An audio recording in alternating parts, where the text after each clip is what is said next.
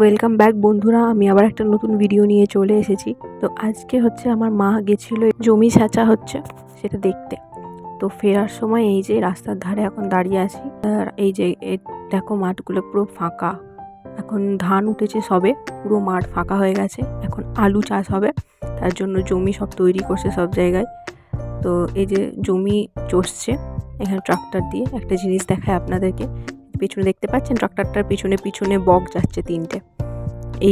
এই দেখুন, আমি ছোটোবেলায় যখন মামার বাড়ি থেকে বাড়ি ফিরতাম তখন আমার এই বক দেখতে খুব মজা লাগতো। আমি দাঁড়িয়ে পড়তাম দেখার জন্য, আমার এত ভালো লাগতো বক দেখতে।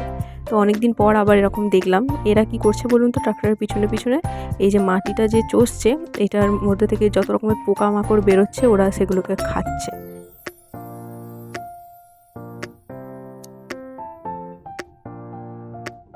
আর এই যে আমার মা গেছিলো দেখতে বললামই, আর কিছুক্ষণ বিরতি নেওয়ার জন্য এখানে চা খেতে দাঁড়িয়েছে। আর পাশে এই যে এটা হচ্ছে একটা হোটেল, এই ছোটো মতো ঘুমটি দোকানটার পাশে ওটা হোটেলটা, এটা রাস্তার ধারেই। তো এই দাদুটার দোকানে এখন আমার মা চা খেতে দাঁড়িয়েছে একটু। আর এই যেখানে আমার বোনও আছে,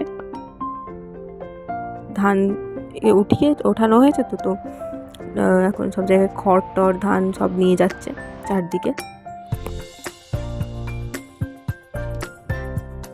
পুরো জমি এখন খাঁ করছে, ফাঁকা। দুদিন আগে ধানে ভর্তি ছিল। আর ওই যে দেখুন ওখানে কিষেন জমিতে কাজ করছে।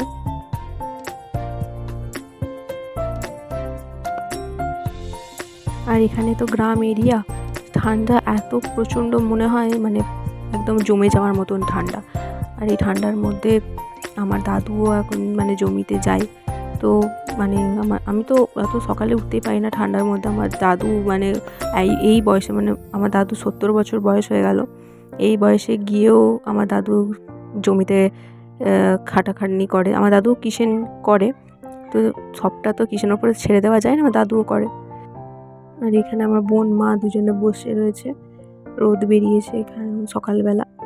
আর এখানে চা রেডি হচ্ছে, গরম গরম চা। আর এই গ্রাম্য পরিবেশে থাকার মজাটাও আলাদা। চারদিকে সবুজে সবুজ ভরা, ধুধু মাঠ, গাছপালা। এখানে দেখুন মেন রোডের পাশেও পুরো গাছে গাছে ভর্তি। দেখতেই প্রকৃতির সৌন্দর্য আলাদাই লাগে, খুব ভালো লাগে। আর এই যে ট্রাক্টরগুলো এখন সারাদিন ট্রাক্টর রাস্তায় যাতায়াত হচ্ছে, কারণ ওই ধান বস্তা ফস্তা এইসব নেবে তাই।